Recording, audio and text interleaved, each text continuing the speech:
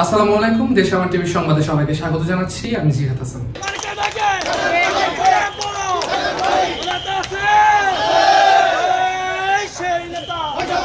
লৌহজঙ্গে জাকের পার্টির জনসভা, শান্তি ও সম্প্রীতির পথে ঐক্যের ডাক। লৌহজং থেকে মোহাম্মদ শহীদ সুরুজের প্রতিবেদন। শান্তি, স্থিতিশীলতা ও সম্প্রীতির বাংলাদেশ গড়তে ঐক্যবদ্ধ হন, এই আহ্বানকে সামনে রেখে মুন্সিগঞ্জের লৌহজংয়ে জাকের পার্টির উদ্যোগে এক বর্ণাঢ্য জনসভা ও র্যালি অনুষ্ঠিত হয়েছে। হলদিয়া ইউনিয়ন জাকের পার্টি ও সহযোগী সংগঠনগুলোর আয়োজনে হলদিয়া বাজারের বিক্রমপুর প্রেস ক্লাবের প্রাঙ্গণে এ জনসভা অনুষ্ঠিত হয়।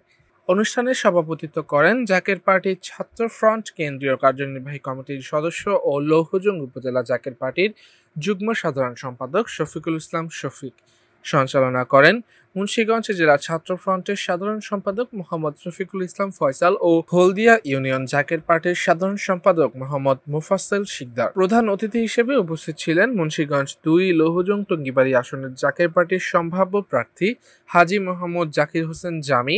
বিশেষ অতিথি ছিলেন লৌহজং উপজেলা জাকের পার্টির সভাপতি বীর মুক্তিযোদ্ধা হাজী গোলাম মাওলা রতন, ঢাকা মহানগর দক্ষিণ খিলগাঁও থানা জাকের পার্টির সাধারণ সম্পাদক ও উপজেলা শাখার সহসভাপতি মোহাম্মদ মোজাম্মেল হোসেন খান লিটু, উপজেলা সাংগঠনিক সম্পাদক দেওয়ান মোহাম্মদ আমির হোসেন, ছাত্র ফ্রন্টের সমাজ কল্যাণ সম্পাদক দেওয়ান মোহাম্মদ নাইমুর রহমান ও মহিলা ফ্রন্টের নেত্রী মুসাম্মদ রিনা ইসলাম প্রমুখ। বক্তারা বলেন, ইসলাম শান্তি, ভালোবাসা, সহমর্মিতা ও সম্প্রীতির ধর্ম।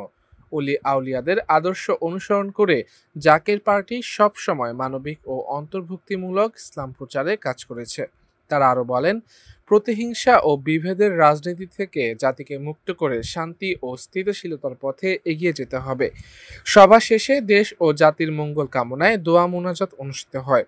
পরে একটি বর্ণাঢ্য র্যালি মেদিনী মণ্ডল ইউনিয়নের প্রধান সড়ক প্রদক্ষিণ করে পুনরায় সমাবেশ স্থলে এসে তোবারক বিতরণের মাধ্যমে অনুষ্ঠানের সমাপ্তি ঘোষণা করা হয়। মোহাম্মদ শহীদ সুরুজ, দেশ আমার টিভি।